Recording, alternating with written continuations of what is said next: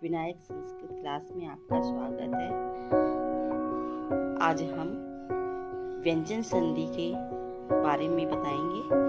व्यंजन संधि किसे कहते हैं, व्यंजन संधि के कितने भाग होते हैं।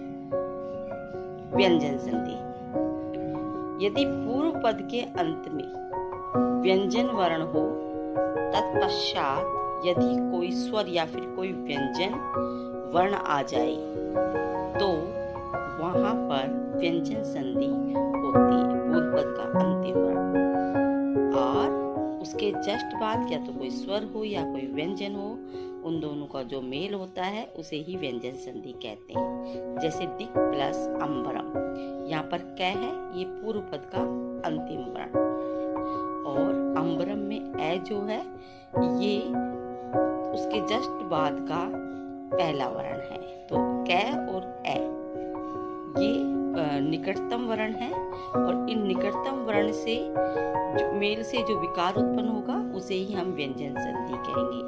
और नियम के अनुसार कै को कै बन जाएगा। कैसे बनेगा, ये जब हम संधि के भाग पढ़ेंगे उसमें हम आपको डिटेल में समझाएंगे। वैसे कै को कै बना है, ये जशत्व संधि का भाग है, जशत्व संधि का उदाहरण है ये। ठीक है, तो यहाँ पर दिक् प्लस अम्बरम, दिगंबरम, तो ये विकार उत्पन्न हुआ, कै को कै बन गया, इसलिए व्यंजन संधि मानी जाती है, क्योंकि कै व्यंजन है और ए स्वर है, या ए के स्थान पे व्यंजन भी हो सकता था। इसके बाद में व्यंजन संधि के भाग। व्यंजन संधि के कुछ भाग ये हैं: जशत्व संधि, अनुस्वार संधि, सचुत्व संधि, इष्टुत्व संधि, णत्व संधि, परसवर्ण संधि, छत्व संधि, तुकागम संधि, ये कुछ भाग है। एक अनुस्वार संधि भी होता है, ये रहा अनुस्वार संधि। तो अब सबसे पहले हम जशत्व संधि पढ़ेंगे। जशत्व संधि अभी मैंने बताया था, ये दिक् प्लस अम्बर जशत्व संधि का ही उदाहरण है, और ये जशत्व संधि है, ये वेरी वेरी इम्पोर्टेंट संधि है।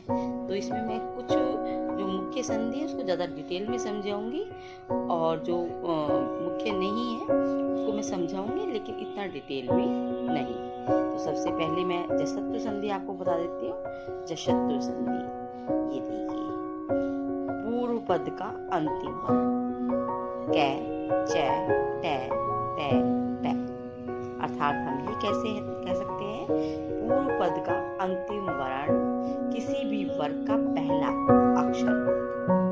आगे समझ में तो ये देखिए, पांचों जो वर्ण है ये पहले वर्ण है, तो हम ये कह सकते हैं पूर्व पद का अंतिम वर्ण किसी भी वर्ग का पहला अक्षर हो, और उसके बाद यानी उत्तर पद का पहला वर्ण क्या हो, यदि किसी भी वर्ण का तीसरा चौथा वर्ण हो।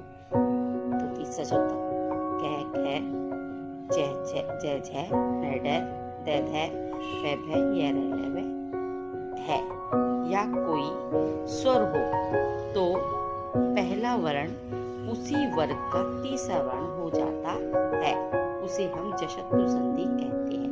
जैसे जशत्व संधि के दो भाग है, ये पहला भाग है, ठीक है, और दूसरा भाग है, दूसरा भाग इसमें नहीं बताया हुआ, पर मैं आपको थोड़ा सा समझा देती हूँ कि जशत्व संधि का जो दूसरा भाग है ये पद के मध्य में होता है। पद के मध्य में यदि किसी वर्ग का चौथा वर्ण आ जाए और उसके जस्ट बाद किसी वर्ग का चौथा वर्ण हो, और तो उस पहले चौथे वर्ण को उसी वर्ग का तीसरा अक्षर हो जाता है। ये मैं अभी एग्जाम्पल के माध्यम से आपको समझाऊंगी, लेकिन पहले आप इसको समझ लीजिए।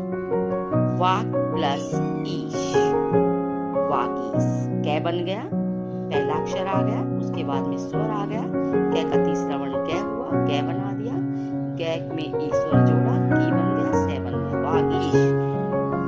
दिक् प्लस ईस, वही कै, कै, कै, कै, कै, दिगीश।